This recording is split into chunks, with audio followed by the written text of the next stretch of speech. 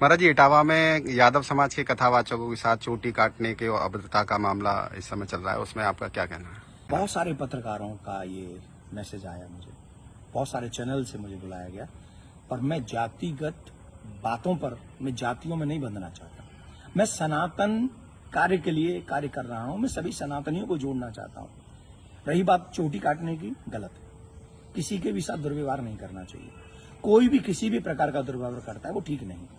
हम तो इसका प्रचार करते हैं, तिलक रखो और चोटी रखो, कलावा बांधो, कंठी पहनो, इसका हम प्रचार करते हैं। रही बात दूसरी कि जो लोग जातियों के लिए, मैंने तो देखा कि एक गांव में घटना घटी और उसमें बड़े बड़े देश के बड़े नामचीन नेता आकर बयान दे रहे हैं और वो जातियों के विरोध में बयान दे रहे हैं और वो वही काम कर रहे हैं जो अंग्रेजों ने किया था।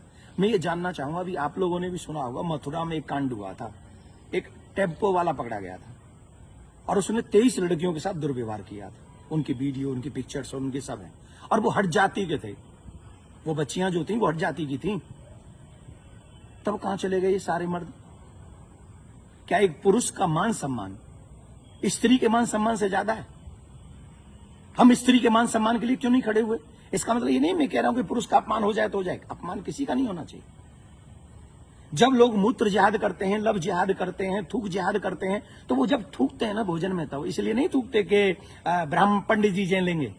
उसमें सब आते हैं, पंडित जी भी आते हैं, यादव जी भी आते हैं, सिंह साहब भी आते हैं, अग्रवाल जी भी आते हैं, चौधरी साहब भी आते हैं, लिमका भी आते हैं, ढिमका भी आते हैं, सब आते हैं।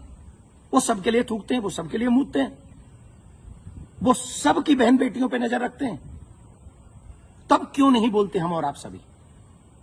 बताइए, मैं जानना चाहता हूं। ये जितने भी लोग आज विवाद कर रहे हैं, ईमानदारी से बताइए, भगवान श्री राम किस लिए आए थे? वो तो क्षत्रिय थे। भगवान श्री कृष्ण किस लिए आए? वो तो यदुवंशी थे ना। किस लिए आए थे? बताइए मुझे, जरा जवाब दीजिए, जो अपनी अपनी जातियों के जो नेता बने बैठे हैं। मैं जानना चाहता हूं आपसे, जितने भी अवतार तुम्हारे सनातन में जिन पुराणों के अनुसार हुए, जिन पुराणों के अनुसार तुम अपने आप को हिंदू लिखते हो, किसके लिए अवतार हुए थे? वो धर्म की स्थापना के लिए हुए थे और धर्म की स्थापना करना ही हम सबका दायित्व है कि हम इस देश में धर्म की स्थापना करें, ना कि धर्म का खंडन करें। हम सबको चाहिए कि एक साथ रहकर अपने धर्म का सम्मान करें, अपने धर्म को बढ़ाएं, अपने देश को बचाएं। ये हम लोगों की ड्यूटी होनी चाहिए। और जितने भी यदुवंशी सुन रहे हैं ना, my dear listen to me, निश्चित तौर पे मेरा जन्म जो है ब्राह्मण कुल में हुआ है, लेकिन आपको एक और बात बता दूं, यदुवंशी मेरे हैं सब। पूछिए कैसे? भगवान श्री कृष्ण का नामकरण जिन ऋषि ने किया था, गर्गः पुरोहितो राजन यदु नाम सुमहातप, मैं गर्गाचार्य जी का वंशज हूं। क्या मैं आपका बुरा चाहूंगा? क्या मैं जाटवों का बुरा चाहूंगा? मैं चौधरियों का बुरा चाहूंगा? मैं बनियाओं का बुरा चाहूंगा? किसी का बुरा नहीं चाहता। मैं आप सबका भला चाहता हूं और इस देश का भला चाहता हूं। अगर आपको ईमानदारी से अपने इष्ट में निष्ठा है, राम में, कृष्ण में, परशुराम में, हनुमान में, देवी में, देवता में, तो आप शास्त्रों के बताए हुए मार्ग पर चलिए और धर्म का पालन कीजिए और उन विधर्मियों से लड़ने के लिए तैयार हो जाइए जो हमारे देश में जाति का जहर घोलकर, कई बड़े बड़े नेता हैं, जाति के नाम पे कूद पड़े, बस चुनाव की सभाओं में बोल रहे हैं, चुनाव की एक कथा, अरे तुम्हारे इस नाम पे वोट लोगे? लेकिन महाराज जी, सवाल ये आ रहा है कि ब्राह्मणों के अलावा और कोई समाज का व्यक्ति कथा कर सकता है कि नहीं कर सकता? क्यों नहीं कर सकता भाई? कथा प्रवचन कहीं भी करे। हम अपने बच्चों को कहानियां सुनाते, कथा सुनाते हैं, क्या बुराई है? हर एक जाति के व्यक्ति, मम्मी पापा दादी दादा नानी नाना तो अपनी ही जाति के होंगे ना, कहानी सुनाए, कथा सुनाए, कोई बुराई नहीं है। लेकिन व्यासपीठ पर बैठ के सप्ताह करना, देखिए उसकी विधा, हम शास्त्रों की बात करेंगे, यहां मैं अपनी बात नहीं करूंगा। मैं ब्राह्मण कुल में मेरा जन्म हुआ है, लेकिन कितने ऐसे कार्य हैं जो मैं खुद नहीं करता। जैसे यज्ञ कराना मैं नहीं करता, क्योंकि उसमें मेरी नॉलेज नहीं है। वो विवाह कराना वो मैं कार्य नहीं करता। अंतिम संस्कार में भी जो 16 संस्कारों में से एक है, मैं वो नहीं करता।